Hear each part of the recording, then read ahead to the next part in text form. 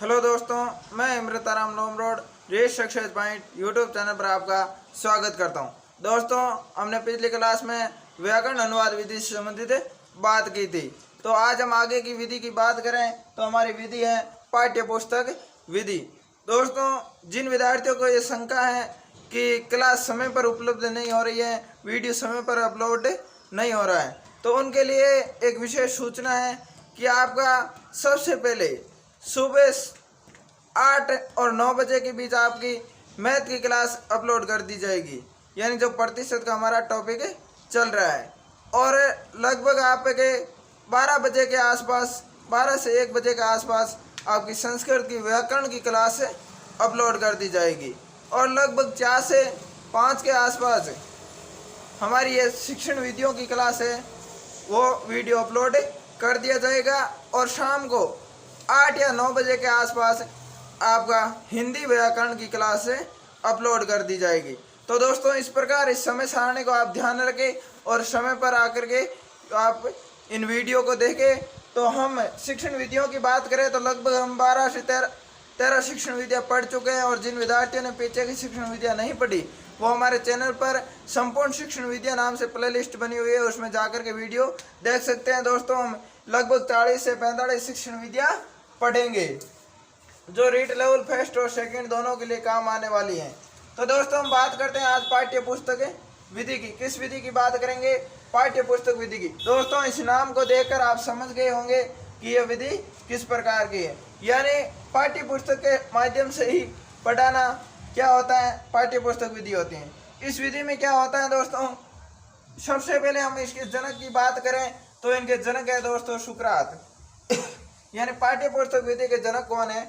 सुकरात है। यानी पाठ्य पुस्तक विधि के जनक सुकरात है। और इस विधि की बात करें तो ये विधि पढ़ो, समझो और लिखो पद्धति पर आधारित है। यानी हम क्या करते हैं, पाठ्य पुस्तक को पढ़ते हैं और पढ़ने के बाद क्या करते हैं, समझते हैं, समझने के बाद लिखते हैं। यानी हम पाठ्य पुस्तक को पढ़ करके, समझ करके, लिख करके सीख सकते हैं। और इसलिए इस विधि को क्या कहा, पढ़ो, समझो और लिखो पद्धति कहा गया है दोस्त। और आगे की बात करें तो भारत में सर्वाधिक प्रचलित विधि है, यानी भारत के अंदर ये विधि क्या है, सबसे ज्यादा प्रचलित है। कौन सी विधि? पाठ्य पुस्तक है विधि। इसमें निश्चित पाठ्य पुस्तक तथा निश्चित पाठ्यक्रम बालकों के सामने प्रस्तुत किया जाता है। यानी इसमें क्या होता है, जब आपने भी विद्यालय के अंदर पढ़ा तो किस विधि से पढ़ा? पाठ्य पुस्तक विधि से पढ़ा। आपकी एक पाठ्य पुस्तक थी, उस पाठ्य पुस्तक के अंदर क्या था, एक निश्चित पाठ्यक्रम में था और निश्चित पाठ्यक्रम के साथ आपने पढ़ा था।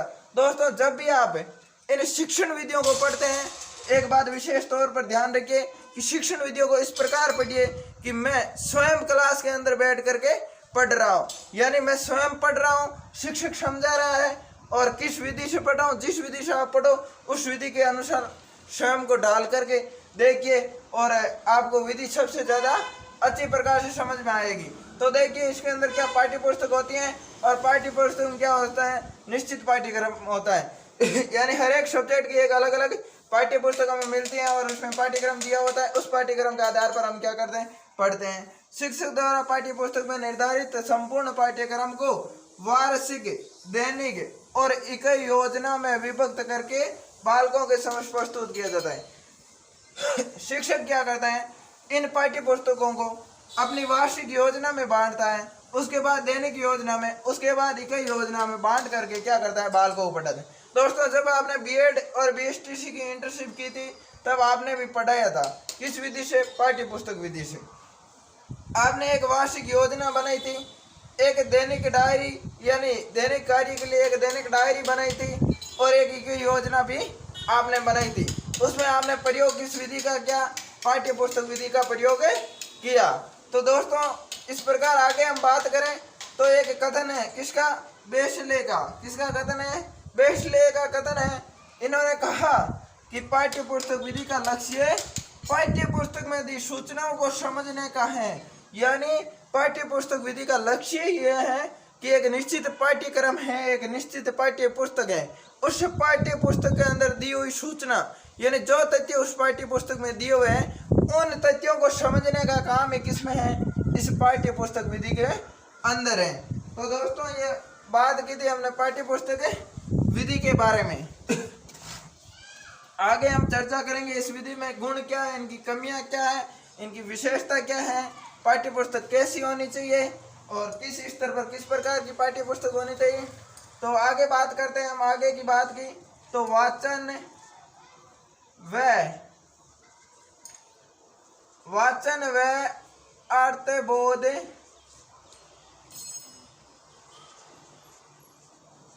का पर्याप्त वाचन व अर्थबोध का पर्याप्त अभ्यास होता। दोस्तों आप साथ साथ नोट्स बनाते चलते रहिए, क्योंकि यह शिक्षण विधियां आपके बड़ी काम आने वाली हैं। जब रीट का एग्जाम होगा तो उससे 2 या 4 दिन पहले आप सोचेंगे, अगर हम जिन्होंने नोट्स नहीं बनाया वो सोचेंगे कि नोट्स बना लेते। तो आज हम 40 से 45 शिक्षण विधियों को हर एक सब्जेक्ट के अलग अलग नए पढ़ करके एक नोटबुक के अंदर से 3 से 4 घंटा के अंदर हम पढ़ सकते थे। तो दोस्तों आप ये गलती ना करें नोट्स नहीं बनाने की। बिल्कुल साथ साथ हर एक चीज को आपको बोर्ड पर लिखाई जाएगी और अच्छे अच्छे फैक्ट लिखाए जाएंगे। आप इसके नोट्स साथ साथ बनाते रहे।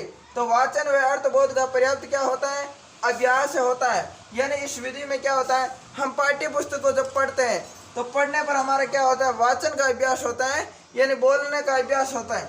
अर्थबोध की बात करें तो हर एक विषय वस्तु हम पाठ्य पुस्तक के माध्यम से क्या करते हैं, अर्थबोध की बात करें तो अर्थ को क्या करते हैं, समझते हैं। हर एक पहलू को पाठ्य पुस्तक के अंदर जो हमें विषय वस्तु दी हुई है उस विषय वस्तु को क्या करते हैं, समझते हैं। और समझना ही हमारा क्या है, अर्थबोध है। आगे बात करें तो शब्दावली का संग्रह अधिक सुगम। यानी जब दोस्तों हम देखते हैं पाठ्य पुस्तक के अंदर तो शब्दावली का संग्रह अधिक सुगम, यानी शब्दावली का संग्रह हमें बढ़िया तरीके से कहाँ मिलता है, पाठ्य पुस्तक के अंदर मिलता है। हर एक विषय हर एक शब्द का अर्थ कहाँ मिलता है, पाठ्य पुस्तक में मिल जाता है। यानी हम भी देखते हैं जब पाठ्य पुस्तक में पाठ दिया होता है या अध्याय दिया होता है, उस अध्याय के पीछे क्या दिए हुए होते हैं, शब्दों के अर्थ दिए हुए होते हैं। तो वहाँ क्या होता है, हमारी शब्दावली का संग्रह होता है, यानी हमारी शब्दावली और ज़्यादा मजबूत होते हैं। जब हम पाठ्य पुस्तक को पढ़ते हैं हर एक शब्द का अर्थ निकालते हैं और अर्थ निकालने से क्या होता है, हमारे अंदर शब्दावली का संग्रह होता है, यानी हमारा शब्द ज्ञान मजबूत होता है। आगे हम बात करें दोस्तों तो छात्रों में उच्चारण षष्ठवे व वाचन कौशल का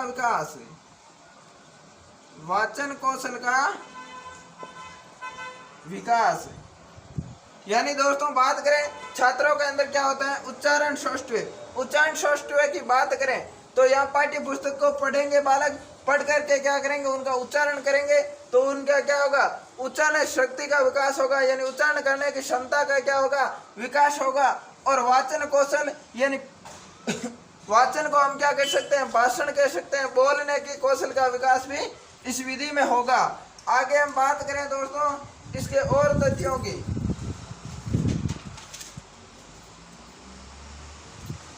तो देखिए ये विधि क्या है, नियोजित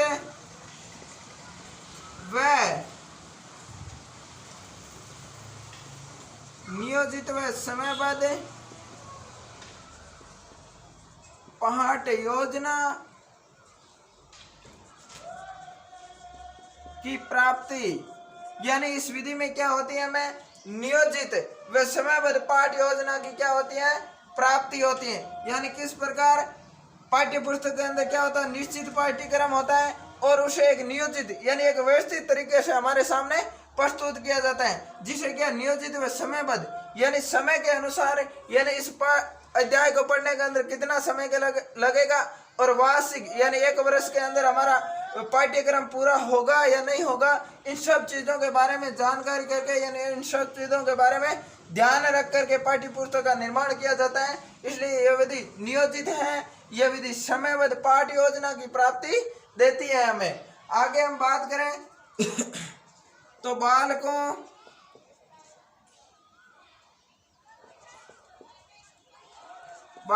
को विषय वस्तु की संपूर्ण जानकारी यानी दोस्तों ये विधि क्या करते हैं, बालकों को विषय वस्तु की संपूर्ण जानकारी देती है। यानी बालक जब पाठ्य पुस्तक को देखते हैं तो सबसे पहले बालक को क्या मिलती है, पाठ्य पुस्तक की संपूर्ण जानकारी मिलती है। यानी बालक को यह पता चल जाता है कि हमारा पाठ्यक्रम क्या है, हमें किन किन चीज़ों को पढ़ना है। इन सारी चीज़ों के बारे में जानकारी किस में मिलती है, पाठ्य पुस्तक विधि के अंदर मिल जाती है। आगे की बात करें दोस्तों इस विधि के और गुणों की तो इसमें क्या होता है, स्वाध्याय की प्रवृत्ति का विकास होता है। स्वाध्याय की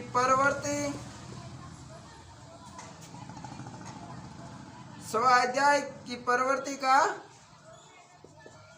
विकास यानी दोस्तों इस विधि के अंदर क्या होता है, स्वाध्याय की प्रवृत्ति का विकास होता है। यानी बालक क्या कर सकते हैं, स्वयं अध्ययन करने की शक्ति यानी प्रवृत्ति का विकास होता है। बालकों के अंदर एक आदत विकास होता है, आदत पड़ती है कि वे पाठ्य पुस्तक को लेकर के यानी पुस्तक को लेकर के क्या करते हैं, स्वयं पढ़ने की आदत का विकास होता है।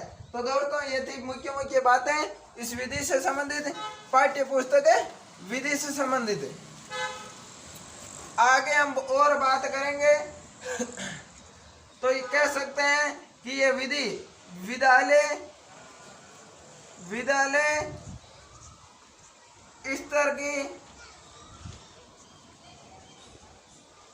शिक्षा हेतु उपयोगी यानी हम दोस्तों क्या कह सकते हैं कि यह विधि क्या है, हमारे विद्यालय के अंदर शिक्षा देने के लिए उपयोगी विधि है। और जब हम देखते हैं तो सबसे ज़्यादा विद्यालय के अंदर विधि काम कौन सी आती है, पाठ्य पुस्तक। हर एक विद्यालय में पाठ्य पुस्तक दी जाती हैं और उस पाठ्य पुस्तक के आधार पर, उसके पाठ्यक्रम के आधार पर हमें क्या किया जाता है, पढ़ाया जाता है। तो दोस्तों विद्यालय स्तर की शिक्षा है तो उपयोगी विधि कौन सी है, पाठ्य पुस्तक विधि है। इस विधि की बात करें तो आप मापन व मूल्यांकन में सहायक हैं। यानी ये विधि क्या है दोस्तों, मापन व मूल्यांकन में सहायक है। यानी हम क्या कर सकते हैं, पाठ्य पुस्तक के अध्याय को पढ़ाने के बाद उस अध्याय से विद्यार्थियों के अंदर क्या परिवर्तन आया, विद्यार्थियों ने क्या विषय वस्तु सीखी, इन चीज़ों के बारे में जानकारी करने के लिए क्या कर सकते हैं, मापन और मूल्यांकन। दोस्तों किस प्रकार करते हैं, क्योंकि जब आपने भी जब विद्यालय में क्या क्या पाठ्य पुस्तक से पढ़ा तो आप पाठ या अध्याय को पढ़ने के बाद जब उस पाठ का संपूर्ण चैप्टर कंप्लीट हो जाता तो आप क्या देखते थे, प्रश्न देखते थे। कौन से प्रश्न, अभ्यास प्रश्न देखते थे। तो वह अभ्यास प्रश्न आपका क्या कर रहे हैं, मूल्यांकन कर रहे हैं, मापन कर रहे हैं। यानी हम किस चीज़ को सीखे और किस चीज़ को नहीं सीखे, इस चीज़ के बारे में पता लगा रहे हैं। आगे हम बात करें इसमें तो श्रम व समय की क्या होती है, बचत होती है। दोस्तों इस विधि के अंदर श्रम कम लगता है यानी प्रयास ज़्यादा नहीं होता है और समय की बचत होती है, क्योंकि एक निश्चित पाठ्यक्रम होता है, उनको निश्चित योजना के आधार पर पढ़ाया जाता है। तो पढ़ाने में क्या लगता है, समय कम लगता है। और एक बात आप लिख लीजिए, नील पत्थर का निर्माण में सहायक है। यानी यह विधि क्या करती है, इस विधि के माध्यम से हम नील पत्थर का निर्माण कर सकते हैं। और इस नील पत्थर की दोस्तों बात करें तो नील पत्थर वह होता है जिसमें आपकी विषय वस्तु की योजनाएं तय की जाती है। यानी अति लघुरात्मक प्रश्न हमें कितने देना है मूल्यांकन में, लघुरात्मक कितने देने हैं, निम्नात्मक प्रश्न कितने देने हैं, इन सारी चीज़ों के बारे में जहाँ जानकारी मिलती है उसमें क्या होता है, नील पत्थर का निर्माण किया जाता है। यानी पाठ्य पुस्तक के आधार पर उन प्रश्नों का संकलन किया जा सकता है। यानी हम कह सकते हैं पाठ्य पुस्तक विधि में क्या होता है, नील पत्र का निर्माण करने में यह विधि सहायक है। आगे बात करें तो नवीन शब्दों की व्याख्या, नवीन शब्दों की व्याख्या मातृभाषा में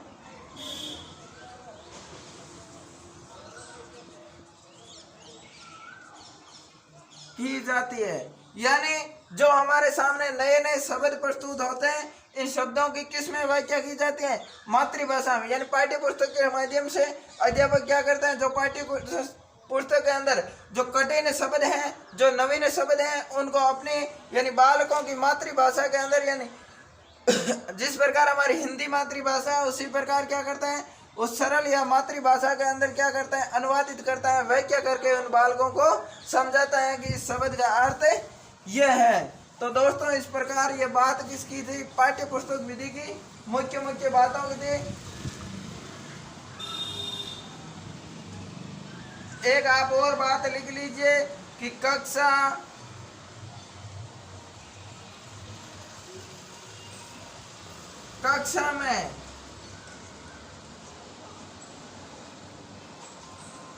में अनुपस्थित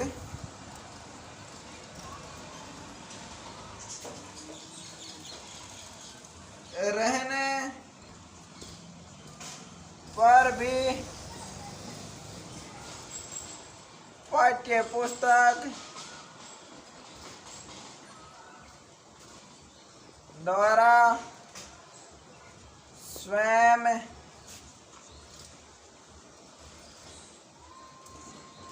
अध्ययन कर सकते। यानी दोस्तों यहाँ पर क्या कहा जा रहा है कि कक्षा में अनुपस्थित, यानी जो विद्यार्थी कक्षा के अनुपस्थित रहते हैं उसको क्या कर सकते हैं, वे पाठ्य पुस्तक द्वारा स्वयं अध्ययन कर सकते हैं। यानी आपने भी देखा होगा जब आप कक्षा के अंदर अनुपस्थित रहे और कोई आपका अध्याय चल रहा है, वो अध्याय क्या आपका छूट गया, तो आप घर जा कर के क्या करते, स्वयं उस पाठ्य पुस्तक के अध्याय को पढ़ते और उसको समझते और समझ करके उनकी सारी जानकारी प्राप्त करते। उसके बाद आगे का जो अध्यापक है दूसरे दिन आपको कक्षा के अंदर पढ़ाते, उनके बारे में समझते। तो दोस्तों ये बात किसकी थी, कक्षा में अनुपस्थित रहने की। इस विधि से कक्षा में अगर अनुपस्थित कोई विद्यार्थी रहता है तो वो पढ़ सकता है आसानी से। आगे बात करें तो ये विधि क्या है, उच्च कक्षा, ये विधि उच्च कक्षा व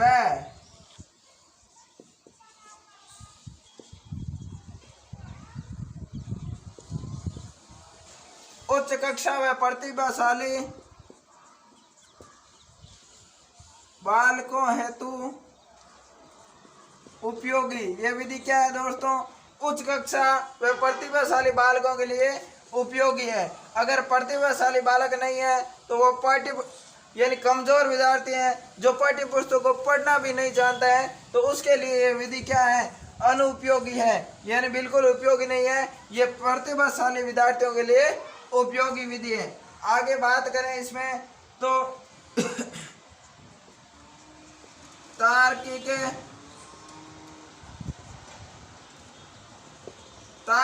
चिंतन व सृजनात्मकता, तार्किक चिंतन व सृजनात्मकता के विकास में बाधक। दोस्तों ये विधि क्या है, तार्किक चिंतन और सृजनात्मकता के विकास में बाधक है। किस प्रकार है दोस्तों, पाठ्य पुस्तक में जो विषय वस्तु दी हुई होती है उस विषय वस्तु को बालक इसमें क्या करता है, रटने का काम करता है, न उस पर तर्क करता है, न चिंतन करता है और न ही कोई सृजनात्मकता, मतलब कोई नई विषय वस्तु को सोचना, यानी नई विषय वस्तु को सोचने का भी काम या नहीं करता है। तो हम क्या कह सकते हैं दोस्तों, ये विधि किस पर बल देती है, कंठस्थीकरण पर बल देती है। कंठस्थीकरण कंठस्थीकरण पर बल देती है, बल देती है। अगर कंठस्थीकरण की बात करें तो रटने पर बल देती है। यानी हर एक विषय वस्तु जो पाठ्यक्रम पुस्तक के अंदर दी हुई होती है उनको रटने का काम यह बालक करता है। अगर कंठस्थीकरण करता है तो यह क्या नहीं होता है, मानसिक विकास नहीं होता है। जहाँ बालक रटने का काम करता है वह विकास कौन सा नहीं होता है, मानसिक विकास नहीं होता है। तो दोस्तों ये दो चीज आ गई आपके, एक तो आपका कंठस्थीकरण पर बल देती है यानी रटने का काम करती है, और रटने का काम करेगी जो विधि तो उसमें क्या नहीं होगा, मानसिक विकास नहीं होगा। आगे दोस्तों बात करें इसके बारे में, ये बात थी विधि के मुख्य मुख्य तथ्यों के बारे में। आगे हम क्या बात करते हैं, पाठ्य पुस्तकों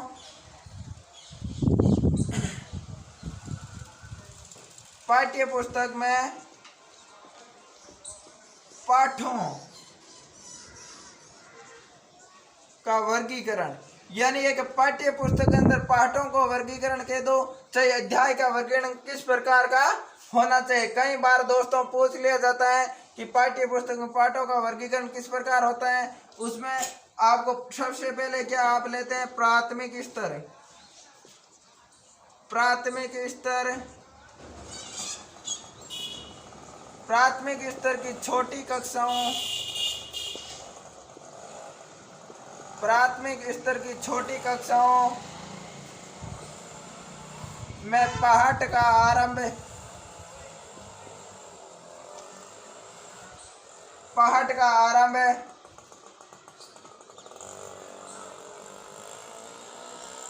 चित्र सहित होना चाहिए। यानी दोस्तों कई बार क्वेश्चन पूछ लिया जाता है कि पाठ्य पुस्तक विधि के आधार पर प्राथमिक स्तर की छोटी कक्षाओं में पाठ का आरंभ किसके साथ होना चाहिए, तो चित्र के साथ होना चाहिए। और आगे बात करते हैं तो कई बार पूछ लिया जाता है कि पाठ्य पुस्तक में प्रारंभ में किस प्रकार के वाक्य होने चाहिए, तो प्रारंभ में सरल व छोटे वाक्य होने चाहिए, छोटे वाक्य होने चाहिए। दोस्तों पाठ्य पुस्तक के प्रारंभ में क्या होने चाहिए, छोटे और सरल वाक्य होने चाहिए। दोस्तों अगर पहले कठिन वाक्य आ जाते हैं तो विद्यार्थी उनको समझने का प्रयास ही नहीं करते, तो इसलिए सबसे पहले सरल व छोटे वाक्य होने चाहिए। और नवीन शब्दों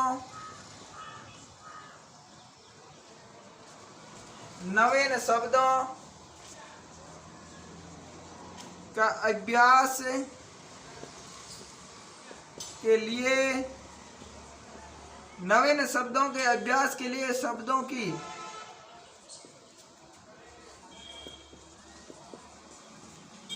आवृत्ति होनी चाहिए।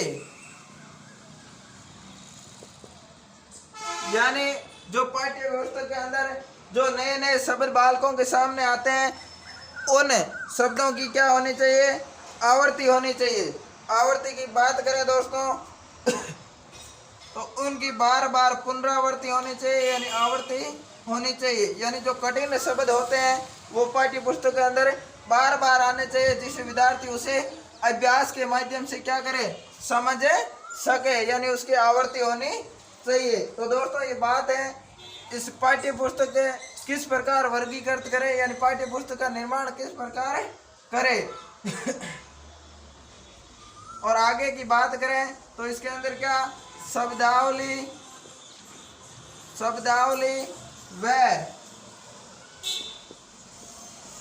व्याकरण रूपों, शब्दावली व व्याकरण रूपों के क्रमानुसार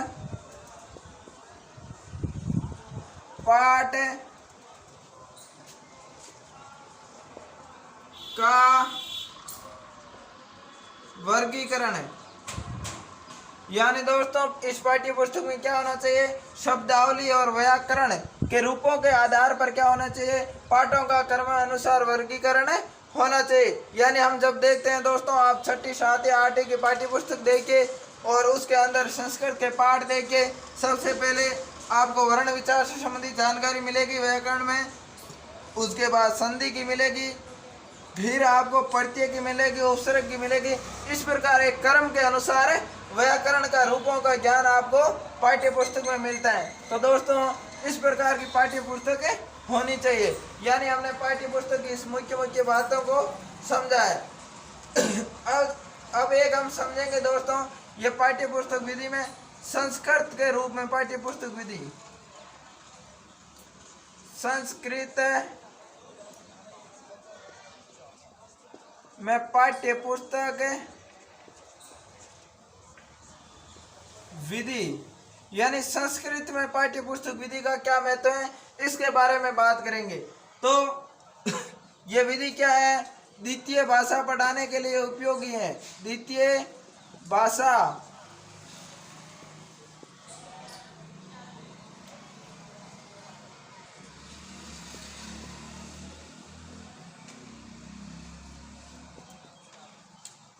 पढ़ाने के लिए उपयोगी। और दोस्तों हमने पहले बात की थी कि द्वितीय भाषा के लिए सर्वाधिक प्रचलित विधि कौन सी है? तो व्याकरण अनुवाद विधि है। लेकिन इस विधि से भी क्या किया जाता है? द्वितीय भाषा को पढ़ाया जाता है। दोस्तों एक नोट लगा करके लिख लीजिए कि भारत में कई बार दोस्तों एक क्वेश्चन पूछा गया है, भारत में डॉक्टर वेस्ट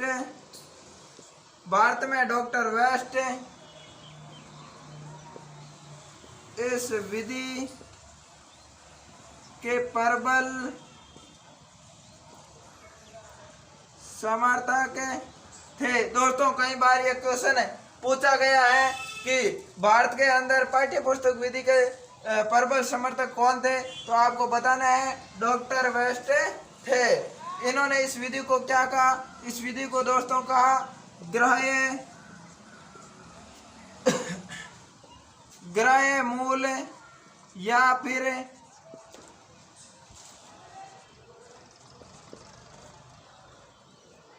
प्रत्यय प्रण, यानी इस विधि को ग्राह्य मूल या फिर प्रत्यय प्रण विधि कहा। क्या कहा? विधि कहा। यानी डॉक्टर वेस्ट ने दोस्तों इस विधि को क्या कहा? ग्राह्य मूल या फिर प्रत्यय प्रण विधि कहा। और इन्होंने आगे क्या कहा? इन्होंने इसे ग्राह्य मूल या प्रत्यय प्रण विधि क्यों कहा? क्योंकि दोस्तों हर एक चीज आपको बोर्ड पर लिखाई जाएगी, बिल्कुल आप साथ साथ नोट्स बनाते रहिए, क्योंकि लिखने एवं बोलने की अपेक्षा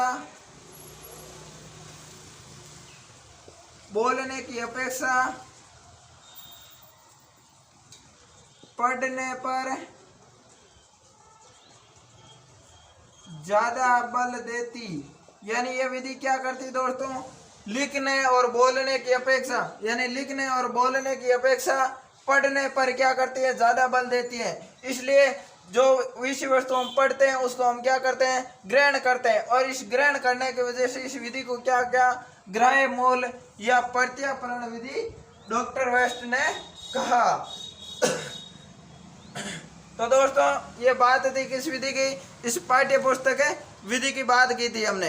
और आगे भी इसी प्रकार लगातार आपकी विद्या चलती रहेगी। लगभग 40 से 45 शिक्षण विद्या हम पढ़ेंगे। दोस्तों हमारे read success point YouTube channel को आप सब्सक्राइब करें, लाइक करें और ज़्यादा से ज़्यादा शेयर भी करें। तो दोस्तों आज के लिए इतना ही, बस धन्यवाद।